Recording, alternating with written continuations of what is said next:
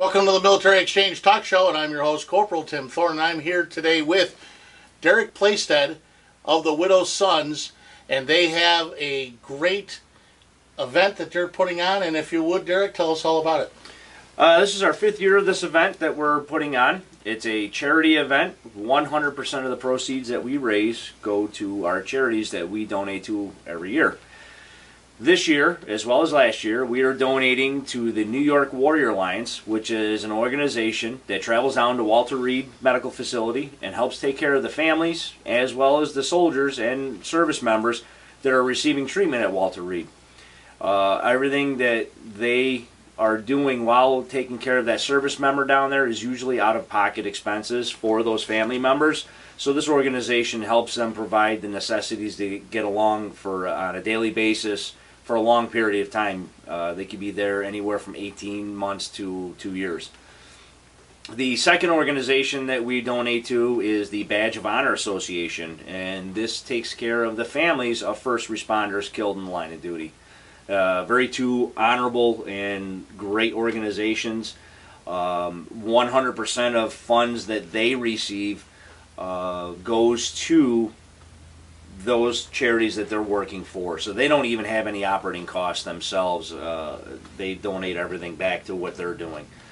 Great organizations. This is our 5th year of putting this event on, but our 2nd year donating to these two charity organizations. We just found that they great organizations run by great people. They do very honorable work. Yeah, and I can attest to that. We've definitely worked with the New York Warrior Alliance. Yep. And great people, love what they do, and I know that even the government has thanked them for the work that they do at Walter Reed, and there's another hospital. Yeah. You know, and it's great. They're a great bunch of guys. The organization that does that, and you guys are great. Now you have this cool event coming up. Tell us about all the fun activities. Well, it's called the Widow's Sons Spring Thing, and then we put the year of whatever year we're doing it, so Spring Thing 2016. It's held at the Webster Fireman's Field in the village of Webster, New York. The day starts off with a motorcycle dice run in the morning. The registration starts at 9:30 in the morning, $15 per bike, and the people that go on the dice run, they stop at each location that's set out on a map, and they get their dice rolled for them. They get a scorecard, and they can win money, cash prizes, based on the high rolls, low rolls, things of that nature. The last portion of that dice run is at the Empire Bar and Grill in Macedon, New York. From there, we'll be staging all the motorcycles that are part of this run from that location, and they will leave at one time to head back to the Fireman's Field. That procession of motorcycles will be led by 2 police concept cars that are owned by Sean Fico of AP Enterprises. Sean is a huge supporter of our organization. He's a huge supporter of these charities, and he's donated tons to us, and everything he does is out of pocket. He's just got a big heart. So he leads that procession of motorcycles with those 2 cars. We have law enforcement that does roadblocks. And roughly about 200 to 250 motorcycles will come rolling into the Fireman's Field all in one time. We go right down to the village of Webster, so the doors and windows are rattling, and the people come out and they watch the parade of motorcycles come by, and we hope that it draws more people down to the actual event, which opens from 2 p.m. until 7 p.m. at the Fireman's Field. And we try to promote this to make sure everybody knows that it's a very family-friendly event. During the event itself, we open the day at 2 p.m. with a presentation of colors and singing the national anthem. There's going to be live music. We have 2 bands, 2 great bands. We have Guy Smiley and Kid Curry Band, who both donated their time to do this. So it's great to see this organization come together with the people that come out and actually help us with this charity event, as they've done donating their time from their livelihoods and their businesses to really make this a successful event. We have Chinese raffles, we have silent auctions, there's food trucks, we have probably 40-something vendors at this point right now, so we have lots of shopping for the public to come in and look at. There's soda, pop, there's beer, there's wine if you're of age. Did you mention the rodeo? there is a bike rodeo that goes on in between the changeover of the two bands, where guys on motorcycles will do a little competition for the crowd with each other, and they themselves are trying to win a small cash prize. So really, it's about providing a fun community event that's family-friendly event where everybody knows that 100% of the proceeds that we raise go to this charity. Now, you're doing a raffle, right? That's correct. Several of them. Did I already say I was going to give you guys something? I don't know. Let's see what we can get out of you. It's starting to sound familiar, like I did tell Sean I was going to do that. So let me give you this. Stay here. I got just the thing. I was going to keep it for myself, but you know what? It goes to a good home.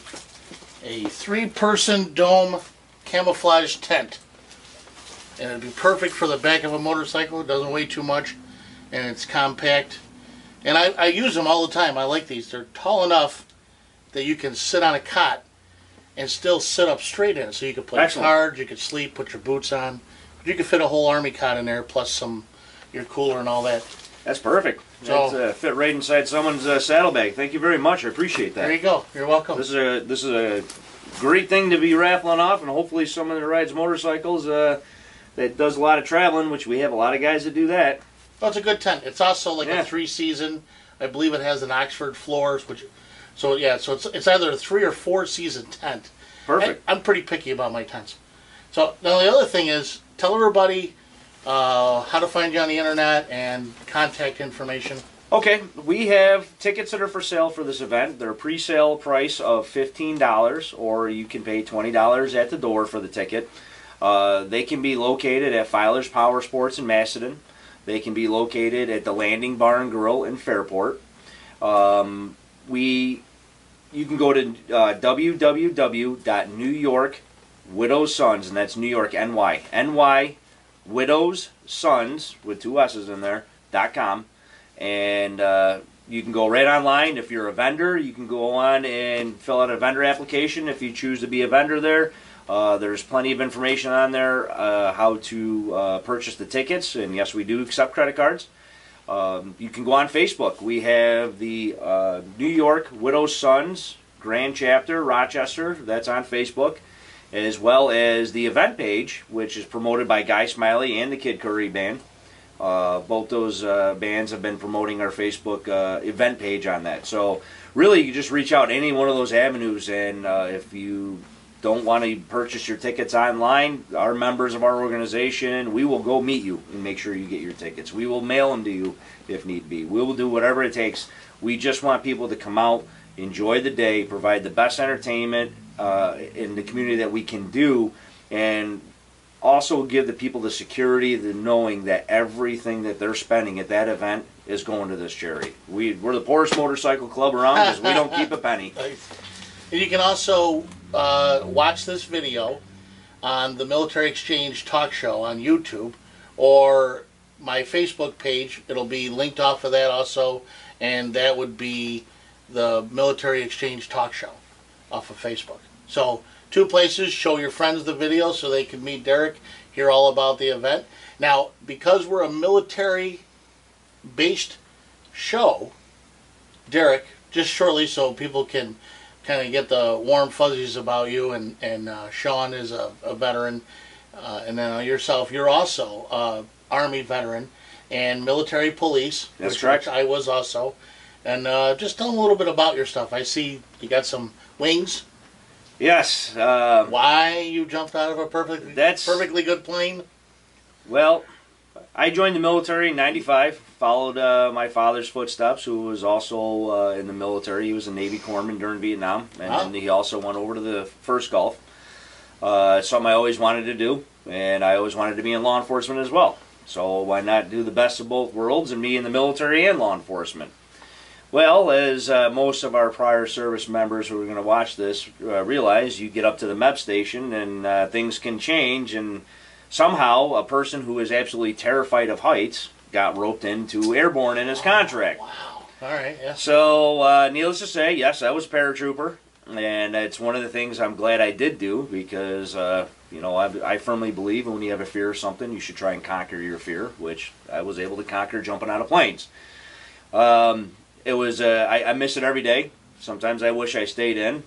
After I left the military, I currently employed with the New York State Police as a trooper, and No, I didn't know that. so Nice. yeah, it's an enjoyable career. I enjoy it. I'd still miss the military every day. There's, like I said, a lot of times I wish I'd never gotten out, but just for what I did in the military, it wasn't conducive to a family life anymore for me. So that was my choice to get out. My last duty station was in New York City at Fort Hamilton during 9/11, and was slid out the door 37 days after 9/11 and walked right into the New York State Police. So in one way, I guess you could say I was lucky, and other ways, I wish I stayed in. Yeah. Well, you're always serving. Always. Your whole Yes. life. Yeah. Yes. So your dad was Gulf War vet. Yes, he was. So how old are you? I'm over 40. Oh, all right. So, because I was a Gulf War vet, Okay. and I was just trying to imagine if I had a kid, he'd be this big. He'd look like that, you know. But your dad's a little older than you. Yes, my father, unfortunately, he passed shortly after, or just before, I should say, 9/11, and it was some service-related issues from the first Gulf War. But as I said, he did serve during Vietnam as well. So there was the first Gulf War, and there was a lot of veterans He was a vet of both wars. Yeah, a lot of veterans said, "Send us back. We You know, want to go." there was very few Vietnam vets in the Gulf War, so he was one of the few. Yes. We had our first sergeant was one, and we were told that there was very few. And when the heat of getting into it and the Gulf War is going to go, somebody started going, well, who do we have that's got combat experience? Vietnam vets. That was the last time. Yeah. That you could really say someone had it. That's correct. And there was very few. That's how I know there was very few. Yes. So, Yep, well, that's thank accurate. you very much for your service. Thank you for having me. And for your dad, too. I appreciate it. Yep. Well, I hope everybody goes to the event. The Widow's Sons. Spring Thing 2016. There you go. Hope you enjoy it. Thank you.